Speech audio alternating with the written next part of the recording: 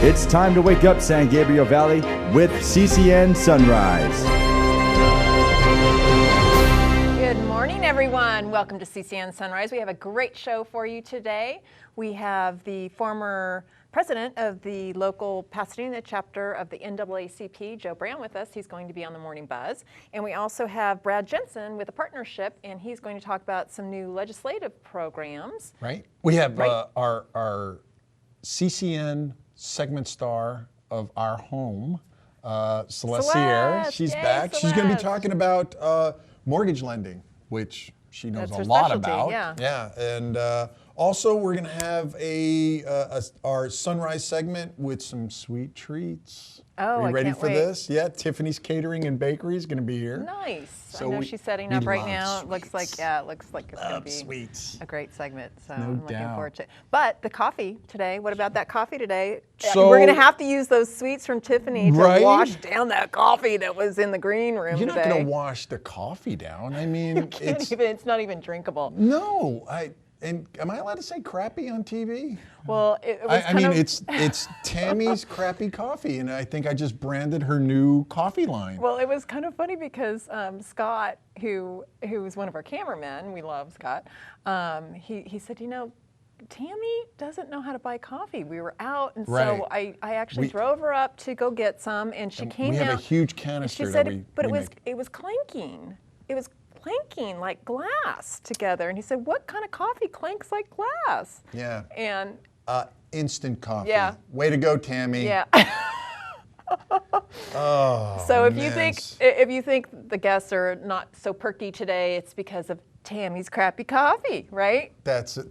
We're trying to brand that right now. We like when Scott makes the coffee, but Tammy, on the other hand, so much. not so good. Not at all. Yeah. Anyway, no, that's we're gonna enjoy the sweets, and I'm gonna have to use water or something. Look, can you guys see there's leftover right here? This is what's from. Yeah, you don't want to go there. No, we're just gonna do that. Okay, no. But hey, before we go any further, we want to thank our sponsors for making this show happen. Absolutely, and get us some coffee. Crown City News is sponsored by Foothill Transit, San Gabriel Valley Economic Partnership, Pasadena Federal Credit Union, EH Financial, Ganal Lumber, Siren Arts Productions. Thank you for your support of Crown City News. We love our sponsors like Foothill Transit who make our show possible. So now we have a question. How should the police be engaging with the Black community, especially in light of the Black Lives Matter movement? Right, and joining us today is former president of the NAACP, Joe Brown. He's going to be here. We're going to be discussing things like that. Well, thank you. Joe, how long were you president of NAACP? 12 years. 12 years. 12 Wow. years. A lot of challenges were going on, a lot of officer-involved shootings that were going on. We managed to survive and get through it. And Well, things have calmed down lately in the news. What do you think about Or all have that? they? I'm glad you said in the news. That does not mean that locally and all over San Gabriel Valley we are seeing a rise in officer-involved shootings through some of the persons who seem to be disruptive in our communities. Okay. In the perception of police.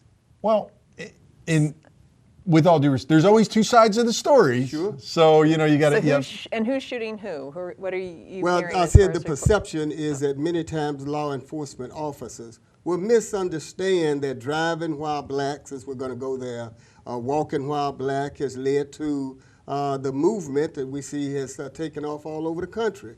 And that has been a rise because persons are misunderstanding, or even our law enforcement are misunderstanding that because a person looks a certain way does not mean that they must be misbehaving in a certain community. Well, you also have to take into consideration, the police officer that shot the young boy with the toy gun. Sure. I honestly, I've looked at some of those toys in the toy stores, Sure, and sure. they look pretty real. I do agree. I mean, you got a person that's got to make a split-second decision as to what do I do here, and I do understand that it looks like a child, but it's my life or his, that kind of thing. Well, I believe that once our officers all over the municipalities throughout the country begin to get acclimated to body cameras, that will eliminate some of the outcry of law-abiding citizens who will get on board to say officers are being inappropriate in their displaying their firearms. But once again, I do agree that some of those toy guns, they are not replicas, but they really look as real. And I don't know what action I would take, even I was on the edge. If I may. And those are different circumstances. I think you're talking about just really approaching an individual from the police. And, Sure. and what should the police be doing differently? Maybe the cameras are a good addition to that. Well, I think what is going on is that many of our cities, many of our police officers, they're being taught a lot different. They're no longer, we have a proliferation of cowboy cops. Many cities are beginning to train so that they're more able to interact with those sometimes who have mental challenges. And so we're ending up with a better line of police officers all over the country. But that still does not excuse sometimes do you think some of our small policing agencies are trained the same way, though, as some of the larger, and which do you think potentially have more infractions against the black community? I don't think the smaller cities are any left out in, let's say, New York or Los Angeles. Right. It's just a matter of the mindset of the police officers and the perception that many police officers have to encounter on a second by second. As you know, many of our police officers, particularly here in Los Angeles County, are generally trained at some of our local colleges. And so they all get the same level of training. It's just a matter of when they're in that situation, how will they respond? So I think there are some issues psychologically, as to a certain extent, as far as why an individual becomes a police officer, and maybe even some of the rationale behind becoming a police officer. Would you? Having spoken to so many police officers and dealt with these items when, as 12 years NAACP president, I'm glad that we do have young people who want to go into law enforcement. We're going to need that. It's just a matter of the training. And so I don't think many of our officers go in with the intent we're going to kill a particular person, or we're going to segmentize a particular ethnic group. Well, I'm not trying to date myself because, I got my gray hair and I kind of just put that out. But when I was younger and the police came into a certain situation, we all kind of stopped what we were doing and didn't try to lash out or try to, get under anybody's skin. We did what the police said to do. Yes. All right, and I see lots of this, even with the cameras and the phones that we see today, where people are just not doing that anymore. They're really going beyond. They're like antagonizing the police. It's almost the way we're parenting, even too. There's more of a knowledge of. And that has nothing to do with color. That's the generation in itself. No, because you knew that if the police had to.